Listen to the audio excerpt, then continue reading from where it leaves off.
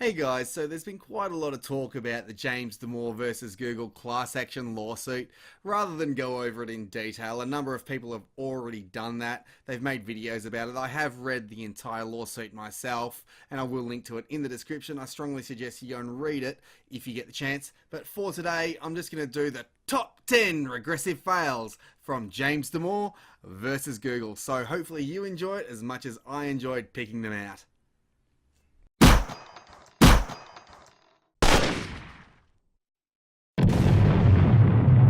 First up in number 10, we have, if you want to increase diversity at Google, fire all the bigoted white men. So we all know what a bigoted white man is, don't we? A bigoted white man is just a white man who's not a progressive. So in other words, a white man who's more likely a conservative, maybe a libertarian, classical liberal, maybe just a free thinker. But any white man that isn't left-wing is a bigoted white man. So basically just fire any white guy who's not leftist. The only way we move past colour in America is for white people to shut up and listen. And yes, it means people used to be in the spotlight. People who used to be in the spotlight need to step back and quietly build a stage for others to speak. That's allyship, which is Justin's only role in this. I'm not really sure who Justin is, but either way, basically just saying, white people, if you want more diversity and if you don't want to be racist, just shut up. So stop talking if you're a white person, especially if you're an evil conservative. This was totally allowed in Google, as they all were, obviously. So this is number 10. I really enjoyed that one. Next up. Dear all the boys, do not put the burden of relieving your systematic misogynistic discrimination on women. Dear all white people, do not put the burden of relieving your systematic racist discrimination on the people that aren't white. It is not the responsibility of the victim to end the victimization. It is the responsibility of the victimizer to stop being terrible. So yeah, just massive virtue signaling, essentially saying that all white people, you're all racist, all boys, you're all sexist, you all hate women. Just absolute garbage, racist and sexist nonsense that was totally allowed on Google servers. Can you imagine if this was the other way around? So, dear all the girls, do not put the burden of relieving your systematic hatred of men onto all men. And dear all black people, do not put the burden of relieving your systematic racism discrimination onto people that aren't black. Imagine if that was said. There would be absolute uproar. These people would not be able to handle it because they're just all racists. As obviously you can see here, there's a comment. Someone's, please don't put all the boys or all the white people or any other entire demographic into the victimizer bucket. It is not the responsibility of everyone who kind of looks like the person who committed an offense to write it. Totally valid point. It's not all white people's fault that some white person in the past might have been racist. It's not all men's fault that one man is a rapist. So they're basically just generalizing all people of a certain characteristic, and he's pointing out that this is wrong, and then someone's responded, it is the responsibility of privilege to end the privilege, though nobody else can. Damn that oppression. If you're privileged, then you have to end the privilege. Just identity politics nonsense. In number 8, we have Nicholas Dumazet. And we shouldn't leave men behind. He's quoting, I find it hard to read this without reacting very strongly. I suggest removing this completely or rewording this significantly. Being privileged, men are not left behind. So all men are privileged no matter what. Obviously all men are very, very privileged according to these people. Like ever, if you want a productive debate on this document, I suggest removing rhetoric of this sort. So yeah, just alienating all men, saying all men are bad just because all men are privileged in some way or the other. I doubt he'd be able to point to any law that privileges men over women, but obviously that's not the point when it comes to Marxist regressive politics. This one's interesting because James Damore responds to it. Did you read my link? Obviously his memo. There are many ways in which men are left behind, and education is an example where women get more degrees at every level. So yeah, he's pointing out a fact that women are actually privileged in a lot of ways. The education system is biased towards women. It helps women more than men, which is why men tend to graduate high school less often and tend to get less university degrees. Something that's missed on the left-wing sort. Just a little bit of fact that they don't actually care about because it doesn't suit their agenda, obviously. So Nicholas responds, "Your source isn't relevant to my reaction. Do you understand why we shouldn't leave men behind is highly triggering?" Oh no! Saying we shouldn't leave men behind is like highly triggering, therefore we shouldn't point it out. And funny that he's responding to James Damore's memo, but apparently his source isn't relevant to his reaction. Whatever. Coming in number 7 is Rick Claw. The document that shall not be linked is wrong. So the memo shall not be linked. No one's allowed to read it for themselves because they might actually make up their own minds. I'd say it is comically misinformed. I mean, unless you think that biologists and highly respected PhDs in their field who have done proper scientific studies are misinformed, well, maybe you might agree with this. But if you think that those kind of people are probably a little bit more knowledgeable than Rick Claw, then I guess you can make up your own mind on that decision on the memo and whether or not it was valid. I will link to the memo in the description as well if you want to read it, and I'll also link to the full lawsuit. But there's nothing about it that's funny. The author does a fantastic job convincing me that I'd never work with him, never encourage anyone to hire him, and will now redouble my efforts to ensure that those around me understand that anyone holding such views has no place on any team I'm a part of. So basically he's saying that because James Damore has expressed an opinion, well, he didn't even express an opinion, he just actually highlighted some facts that went against the left-wing regressive point of view. So because he did that, he doesn't deserve to be hired by anyone. He doesn't deserve a job just for presenting facts that Rick Claw doesn't like and other Googlers don't actually like. One last point. The staggering lack of empathy, the implicit assumption in TDSNBL, the document that shall not be linked. That it's his safety that must be prioritized over those who are not like him, his views that must be respected above others. He's not trying to help Google, he shows no interest in leveraging the skills of those around him. Although he's not actually saying his views should be prioritized above others. All he did was present scientific evidence that men and women are motivated by different things and men and women are different. He presented scientific truth, scientific facts, and this is the response that he got. Ultimately, he got fired, obviously, and this is why he's suing, but this is just an example of the kind of reaction that happened inside Google after him, James Damore, did nothing but present the evidence. Coming in at number 6, we have Andrew Bunner. James Damore has really gone out of his way to show the world just how unemployable he is. I hope for him that he grows up and develops some measure of empathy. A long road given how far he's dug his heels in. Ooh, he's really dug his heels in there with that scientific evidence. What else is he supposed to do? Oh, sorry, I presented the facts and you don't like them. I totally don't believe that they're facts anymore, even though I presented 10 pages worth of documented evidence and scientific evidence to prove my point. I'm just digging my heels in, you know. James Damore's just digging his heels in because, you know, he's just so stubborn that he actually listens to scientific evidence and facts. Anyway, there are racist people working at Google. There are sexist people working at Google. There are anti-Semitic people working at Google. There are homophobic people working at Google. There are Islamophobic people working at Google. There are transphobic people working at Google. Racism, sexism, anti-Semitism, homophobia, Islamophobia, and transphobia are not opinions. They are anti-values. Who does this sound like? The racist, sexist, homophobic, xenophobic, Islamophobic, you name it. We must reinforce our company's culture by openly and loudly rejecting those anti-values. They're anti-values. We have to reject anyone with an opinion that we don't approve of.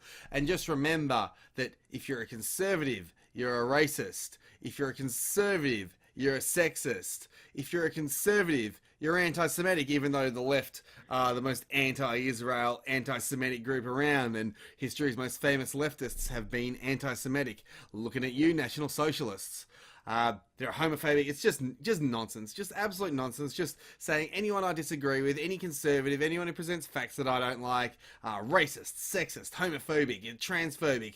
Just label, label, label, label, label. Thank God it doesn't actually work anymore. It doesn't mean anything. People can see that it's just a dumb label based on nothing. James Damore did nothing wrong. James Damore did nothing but present the facts and the evidence. Coming in at number 5, they're getting really, really good now. We have Punch All the Nazis. Punch All the Nazis, who says, I could have said Republicans, conservatives, alt-right, neo-Nazi, doesn't matter. They're all working together.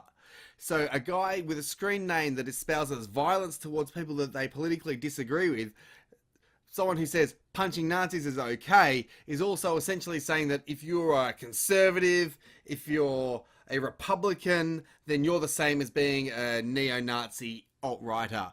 So you're a Nazi if you disagree with me, and it's okay to punch you if you're a Nazi in my book. Shows that at Google, you're allowed to espouse violence against political opposition so long as the political opposition isn't a regressive left-winger. And have a look at the next little bit. When the Republican Party talks about freedom of speech these days, what they mean is freedom to dehumanize. Don't be fooled. So, anti-freedom of speech, it's okay to punch people who politically disagree with you. This is the worst kind of totalitarianism, and this was allowed at one of the biggest tech companies in the world. Coming in at number 4, we have some more punching of Nazis is okay by Tori Hoffman. Also in the mood to punch Nazis, but none within punching distance. So it's okay to punch people who politically disagree with you. This was totally fine at Google. Obviously this man did not get sacked. I doubt he even got a warning as well. I'm in the mood to punch some Nazis, but there are no Nazis currently within punching distance. So instead, I'm going to match up $5,000 in donations to the following organizations that are fighting the good fight. The National Immigration Law Center, the Southern Poverty Law Center. So the same place that calls Ben Carson a hate criminal and basically paints anyone that is on the right and speaks out against the left as a hate criminal or full of hate or whatever, a Nazi or whatever, then that's the kind of person, that's the source that they're citing for who is deemed a Nazi. And the meme, obviously, America First, is a slogan for American Nazis. Again, okay to punch Nazis. Anyone who disagrees with the left is a Nazi.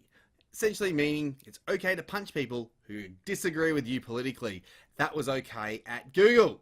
Very, very funny. So now we have number 3, and this obviously is one of my favorites. It's my third favorite, and the reason being it's just got a whole lot of economic nonsense in there, and I just had to point out that this, again, is one of the biggest tech companies in the world, and they've got people in there pushing this kind of hyper-partisan political crap based on economic nonsense. So what you and I see when we first look at history is so fundamentally different that I have to assume that you're deeply deceived or having some sort of psychotic break from reality. I see that the US prior to Clinton had a much more robust welfare system. You seem to think that it can't have been more socialist. I see Scandinavian capitalist socialist states as making their people significantly happier while maintaining a quality of life significantly higher than in the US, with a lower taxes and fees and replacement cost burden than the US. So I'll just point out, I'm going to leave a link to a description, in the description, sorry, that totally destroys the Scandinavian socialist myth. Scandinavia used to have one of the richest countries per capita in the world, but that's just dropped slowly. So they're getting relatively poorer, and it's all because of their high tax, high spend welfare system. So they don't have lower taxes than America. They have much higher taxes, especially income taxes, and massive welfare.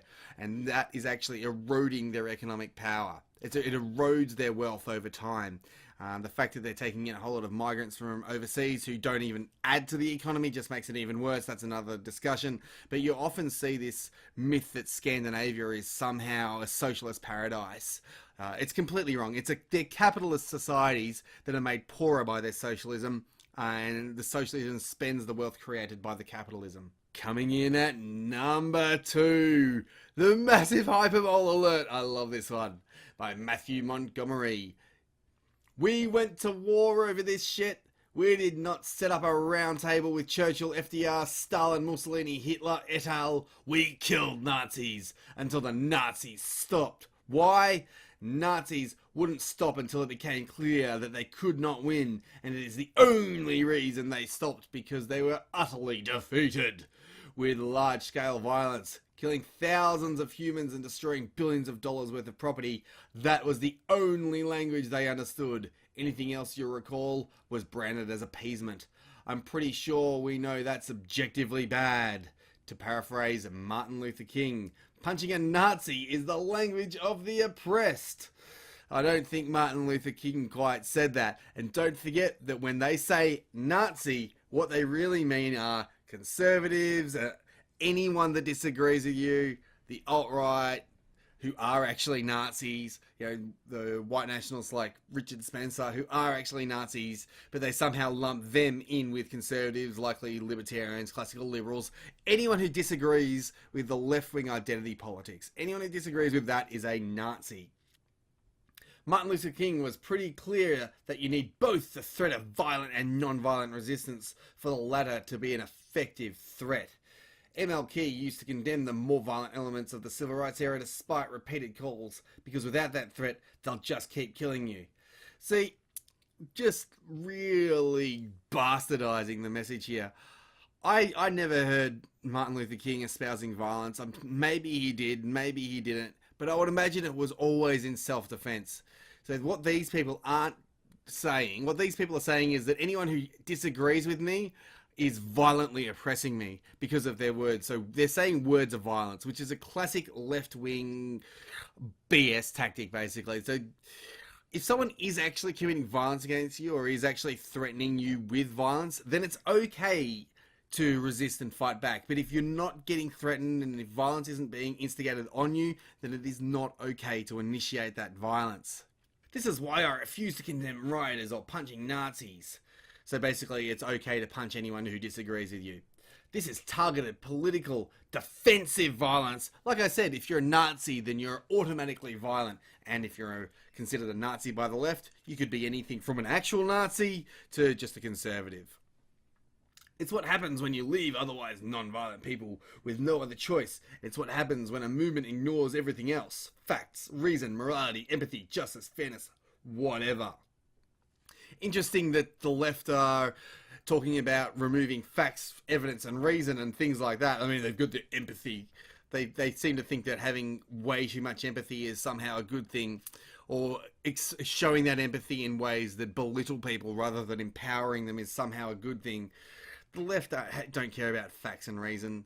It's not okay to punch people unprovoked because of their opinions. That is a fact. It is immoral to commit violence against someone who is in no way committing violence against you.